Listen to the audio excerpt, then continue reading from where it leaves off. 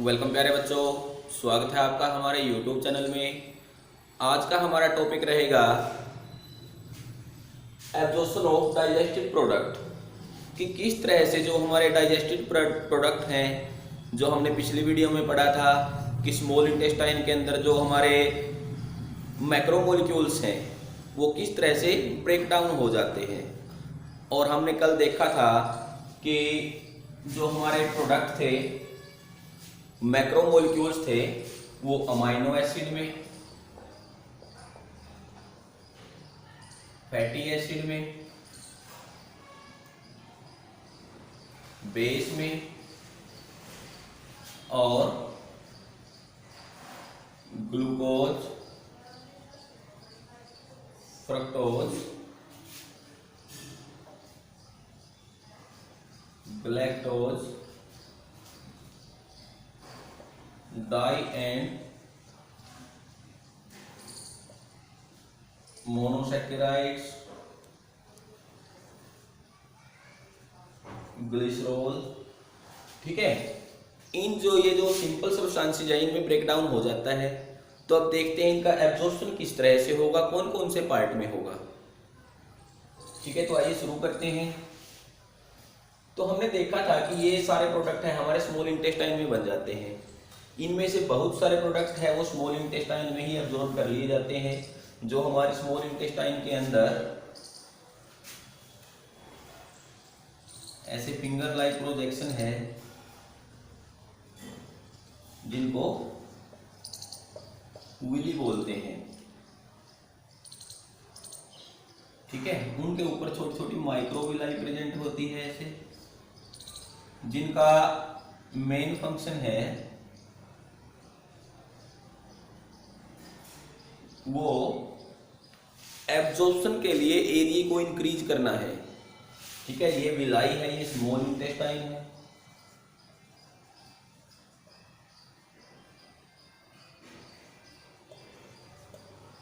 इसके अंदर जो विलाई प्रेजेंट है उसके ऊपर छोटी छोटी माइक्रो विलाई प्रेजेंट होती है जिनको ब्रश बॉर्डर सेल भी बोलते हैं। तो ये क्या करती है, जो एब्जॉर्प्शन है उसके लिए सरफेस एरिया को बढ़ा देती है। तो यहाँ पे जो ये सिंपल सब्सटेंसेस है यहाँ पे इनका एब्जॉर्प्शन स्टार्ट हो जाता है और ये हमारे ब्लड कैपिलरी के अंदर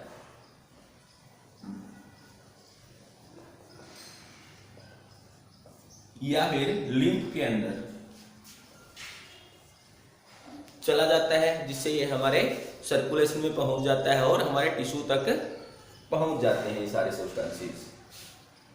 तो इसके बाद बात कर लेते हैं कैलोरीफिक वैल्यू की।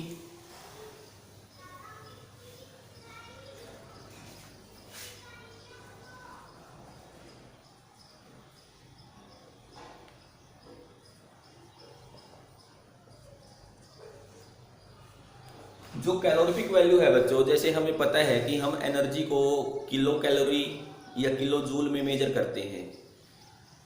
तो इसी तरह से जो हम फूड ले रहे हैं, जो हमारा फूड है उसका जब हमारी बॉडी के अंदर कंब्यूजन होता है, जब वो जलता है हमारी बॉडी के अंदर, तो उससे हमें कितनी एनर्जी मिलती है। तो वो अलग अलग टाइप का जो फूड है, अलग अलग कंपोनेंट है फूड के, उनके लिए जो कैलोरीफिक वैल्यू है वो अलग अलग हो सकती है। यहाँ पे कुछ एग्जाम्पल दिए हुए हैं, जैसे हमारे कार्बोहाइड्रेट है,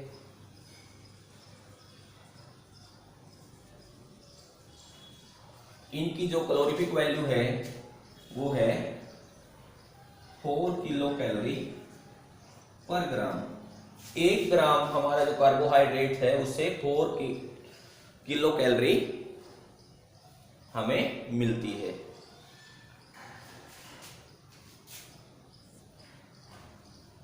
या फिर किलो जूल भी हम इसको बोल सकते हैं, 4 किलो जूल पर ग्राम। उसके बाद जो हमारे प्रोटीन्स हैं उनसे हमें मिलती है 4.65 किलो जूल पर ग्राम। ठीक है, ये हो गई। उसके बाद हम बात करते हैं जो हमारे फैट्स हैं। फैट से हमें जो एनर्जी मिलेगी वो सबसे ज़्यादा मिलेगी, वो है 9.45 किलो जूल पर ग्राम। तो ये तो हो गई हमें जो एनर्जी इनसे मिलती है, लेकिन इनसे एनर्जी बनते टाइम कुछ ना कुछ पार्ट इस एनर्जी का यूटिलाइज हो जाता है। ठीक है, अब मान के चलो हम कोई बिजनेस कर रहे हैं, कोई दुकान या शॉप को रन कर रहे हैं, उस पर हम अपनी इनकम देखते हैं। मान लो मंथली 10,000 रुपये की इनकम है, लेकिन हमारे उसमें कुछ एक्सपेंस भी हो जाते हैं, जिसमें इलेक्ट्रिसिटी चार्जेज आ गया, शॉप का रेंट आ गया। तो वो सारे एक्सपेंसेस निकाल के जो हमारे पास सेविंग लास्ट में बचेगी उसको बोलते हैं हम साइकोलॉजिक या फिर फिजियोलॉजिक कैलोरीफिक वैल्यू। ये है हमारी ग्रॉस कैलोरीफिक वैल्यू, यानी मतलब टोटल इतनी एनर्जी बनती है, लेकिन उस दौरान कुछ ना कुछ एनर्जी कंज्यूम भी हो जाती है। तो जो हमारे पास फिजियोलॉजिकल कैलोरीफिक वैल्यू बचेगी वो है कार्बोहाइड्रेट की है 4 किलो जूल पर ग्राम, प्रोटीन की है 4 किलो जूल पर ग्राम, और फैट की है 9 किलो जूल पर ग्राम। ठीक है, तो इस तरह से ये कैलोरीफिक वैल्यू है, ये हम निकाल सकते हैं। ठीक है, तो यहाँ पे जो कार्बोहाइड्रेट है इनसे एनर्जी मिलती है, उसमें इतना ज्यादा कंजप्शन नहीं होता। यहाँ पे 4.1 या 2 भी हो सकता है, तो ऑलमोस्ट इक्वल होते हैं ये। तो अब बात करते हैं एब्जॉर्प्शन की।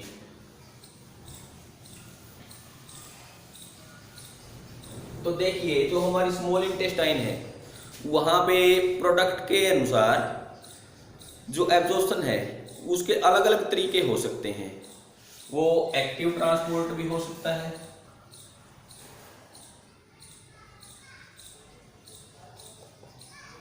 पैसिव ट्रांसपोर्ट भी हो सकता है,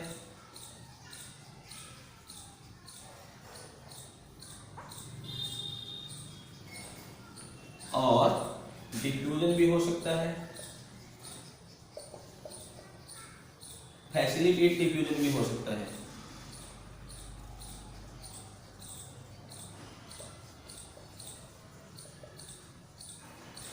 ठीक है, इनको हम जब सेल वाला चैप्टर पढ़ेंगे तो उसमें डिटेल से डिस्कस करेंगे। तो इन सारे जो तरीके हैं एब्जॉर्प्शन के, प्रोडक्ट के डिफ्यूज होने के, वो प्रोडक्ट के जो क्वालिटी है, जो नेचर है, उसके अनुसार अलग अलग तरीके इसमें यूज हो सकते हैं। तो आइए देखते हैं कौन कौन से प्रोडक्ट का डिफ्यूजन किस किस पार्ट में होता है।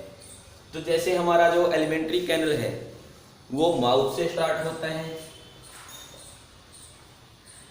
उसके बाद स्टमक,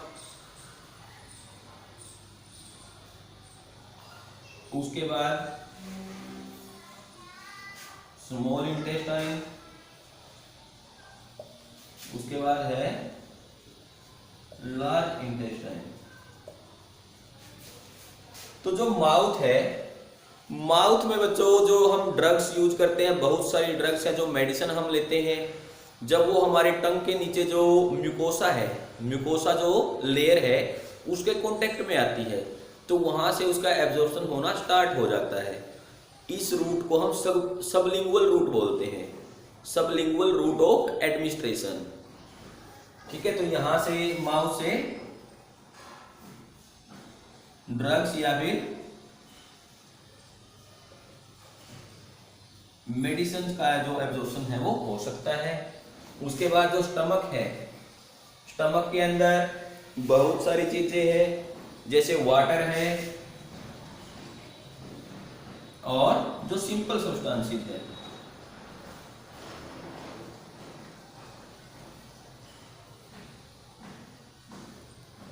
उनका यहाँ पे एब्जॉर्प्शन हो सकता है। सिंपल सब्सटेंसेस में क्या आता है, जैसे शुगर है या फिर अल्कोहल है, उनका जो एब्जॉर्प्शन है वो स्टमक में हो जाता है। उसके बाद जो स्मॉल इंटेस्टाइन है वो हमारे एब्जॉर्प्शन का मेजर पार्ट है।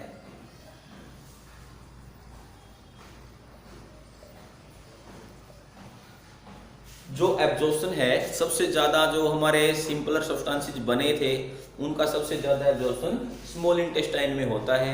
इसी वजह से हम बोलते हैं कि जो एब्जॉर्प्शन की प्रोसेस है वो स्मॉल इंटेस्टाइन में कंप्लीट होती है। एब्जॉर्प्शन स्टार्ट कहाँ से हो रहा है? माउथ से। कंप्लीट कहाँ पे हो रहा है? स्मॉल इंटेस्टाइन में। डाइजेशन स्टार्ट कहाँ से होता है? माउथ से। डाइजेशन कंप्लीट कहाँ पे होता है? स्मॉल इंटेस्टाइन में।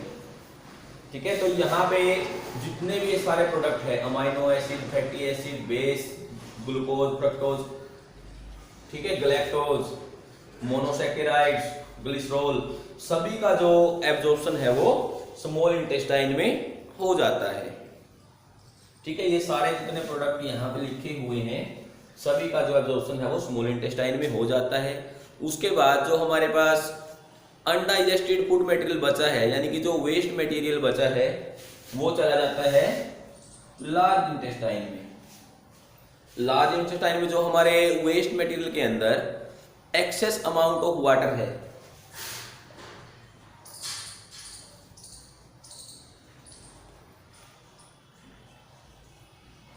उसको एब्जॉर्ब कर लिया जाता है। कुछ जो ड्रग्स है जो यहाँ पे एब्जॉर्ब नहीं हो पाती माउथ में, स्टमक में और स्मॉल इंटेस्टाइन में, वहां जो लार्ज इंटेस्टाइन में एब्जॉर्ब कर ली जाती है। उसके बाद कुछ मिनरल्स हैं,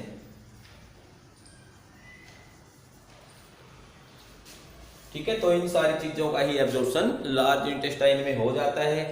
उसके बाद जो हमारे पास वेस्ट मटेरियल बचता है उसको हम फीसिज बोलते हैं। उसको क्या बोलेंगे?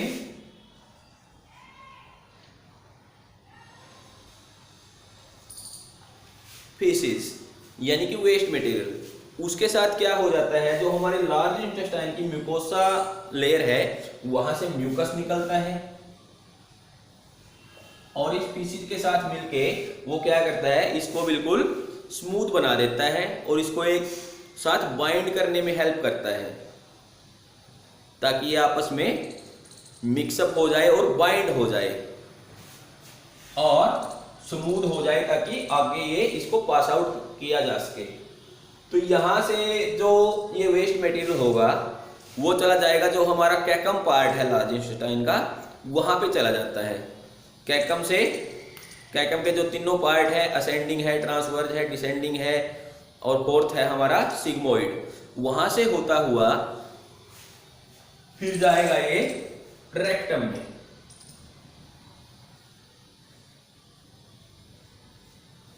रेक्टम में ये कुछ टाइम तक स्टोर रहेगा और उसके बाद अनस के द्वारा बॉडी से बाहर निकाल दिया जाता है। ठीक है, तो जो हमारा स्मॉल इंटेस्टाइन है, जैसे ये स्मॉल इंटेस्टाइन है और यहां से लार्ज इंटेस्टाइन स्टार्ट होगी, तो जहां पे लार्ज इंटेस्टाइन और स्मॉल इंटेस्टाइन आपस में मिलती है वहां पे एक वाल्व लगा होता है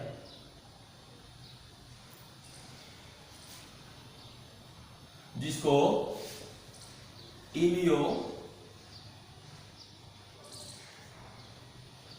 कैकल वाल्व बोला जाता है। इलियो कैकल वाल्व बोला जाता है। इसका काम क्या होता है, जो वेस्ट मटेरियल, जो अनडाइजेस्टेड फूड स्मॉल इंटेस्टाइन से लार्ज इंटेस्टाइन में जाता है ताकि वो वापस ना आए, वापस से स्मॉल इंटेस्टाइन में ना आए, इसी वजह से यहाँ पे एक वाल्व लगा होता है जिसको इलियो कोकल वाल्व बोला जाता है। ठीक है, उसके बाद जो रेक्टम में वेस्ट मटेरियल चला जाएगा, वहां से कुछ टाइम के बाद उसको, जब भी हमें अर्ज होती है टू रिलीज वेस्ट मटेरियल, तो उसको बॉडी से बाहर निकाल लिया जाता है। तो इस तरह से हमारी जो डाइजेशन की प्रोसेस है वो कंप्लीट हो जाती है।